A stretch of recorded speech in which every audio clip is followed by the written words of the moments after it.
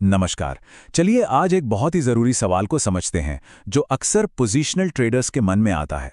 किसी लॉस वाले स्टॉक से आखिर बाहर कब निकलें? और इसका जवाब ढूंढने के लिए हम एक बहुत ही पावरफुल टेक्निकल टूल को देखेंगे। ज़रा सोचिए, एक ट्रेड लिया है, वो अब नुकसान में जा रहा है और कन्फ्यूजन ये है कि इसे होल्ड करें या फिर और ज़्यादा नुकसान होने से पहले बेच दें। ये एक बहुत ही कॉमन सिचुएशन है ना? तो अच्छी बात यह है कि टेक्निकल एनालिसिस में एक ऐसा सिग्नल मौजूद है जो हमें पहले से ही आगाह कर सकता है कि किसी स्टॉक में एक बड़ी गिरावट आ सकती है। और इसी सिग्नल का नाम है death cross strategy. Positional traders के लिए इस पैटर्न को समझना बेहद जरूरी है। तो आखिर ये डेथ क्रॉस है क्या? देखिए, इसे आसान भाषा में समझते हैं। ये तब होता है जब किसी स्टॉक का शॉर्ट टर्म ट्रेंड, जिसे हम 50 दिन के मूविंग एवरेज से नापते हैं, वो उसके लॉन्ग टर्म ट्रेंड यानी 200 दिन के मूविंग एवरेज से नीचे चला जाता है।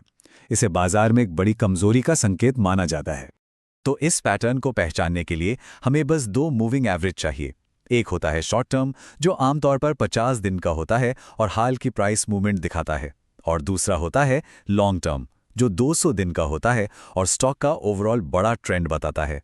आप सिंपल मूविंग एवरेज यानी एसएमए यूज करें या डे मूविंग एवरेज यानी डीएमए, इसका जो मूल सिद्धांत है वो सेम ही रहता है। तो अब सवाल यह है कि इसे असल में किसी लाइव चार्ट पर कैसे पहचाना जाए। ये प्रोसेस काफी सीधा और आसान है। इसे सेट करना बहुत ही सिंपल है। सबसे पहले अपने चार्ट पर 50 दिन का मूविंग एवरेज इंडिकेटर लगाइए और फिर 200 दिन का। बस अब इंतजार करना है उस पल का जब छोटी वाली लाइन यानी 50 दिन की लाइन बड़ी वाली 200 दिन की लाइन को ऊपर से नीचे की तरफ काटती है। बस वही है डेथ क्रॉस। चलिए एक असली उदाहरण देखते हैं। ये टाटा मोटर्स का चार्ट है। ध्यान से देखिए, ठीक जब स्टॉक अपने पीक पर था, एक डेथ क्रॉस बना और उसके ठीक बाद स्टॉक में कितनी बड़ी गिरावट आई। इससे पता चलता है कि ये पैटर्न कितना काम का हो सकता है। लेकिन रुकिए, डेथ क्रॉस सिर्फ एक वार्निंग सिग्नल या खतरे की घंटी नहीं है। असल में यह ट्रेडर्स के लिए एक मौका भी लेकर आता है। डेथ क्रॉस स्ट्रैटेजी के दो बड़े फायदे हैं। पहला फायदा तो यह है कि यह एक एग्जिट सिग्नल देता है, जिससे एक खराब ट्रेड से निकलकर कैपिटल को बचाया जा सकता है।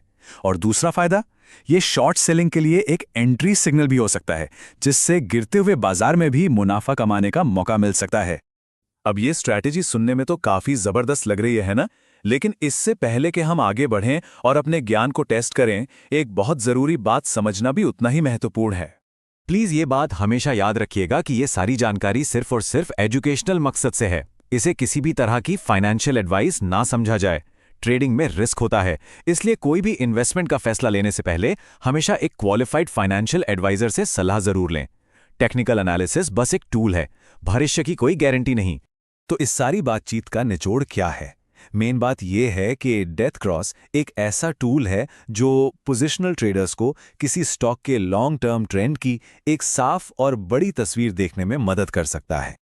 चलिए, अब जब हमने इस स्ट्रैटेजी और इससे जुड़ी जरूरी बातों को समझ लिया है, तो एक छोटे से क्विज से सब कुछ पक्का कर लेते हैं। तैयार हैं? तो पहला सवाल यह है, जब डेथ क्रॉस बनता है तो क्रॉसओवर के बाद कौन सी मूविंग एवरेज लाइन चार्ट पर ऊपर की तरफ होती है? बिल्कुल सही, 200 दिन वाली यानी लॉन्ग टर्म ट्रेंड लाइन ऊपर रहती है, जबकि 50 दिन की शॉर्ट टर्म लाइन उसे नीचे की तरफ काटती है। और अब दूसरा सवाल, डेथ क्रॉस किसी स्टॉक के बारे में हमें मुख्य रूप से क्या बताता है? उसका मेन इंडिकेशन क्या है? एकदम सही जवाब। ये इस बात का संकेत है कि स्टॉक में एक कमजोरी का दौर शुरू हो सकता है और कीमतों में एक बड़ी गिरावट आने की संभावना है। बहुत बढ़िया। तो डेथ क्रॉस अपने आप में एक बहुत पावरफुल टूल है। लेकिन अब जाते जाते एक बात सोचिएगा, अगर इसी डेथ क्रॉस को प्राइस एक्शन या वॉल्यूम जैसे दूसरे इंडिकेटर्स के साथ मिलाकर इस्तेमाल किया जाए, तो ट्रेडिंग स्ट्रैटेजी को और कितना ज्यादा मजबूत बनाया जा सकता है। इस पर विचार जरूर कीजिएगा।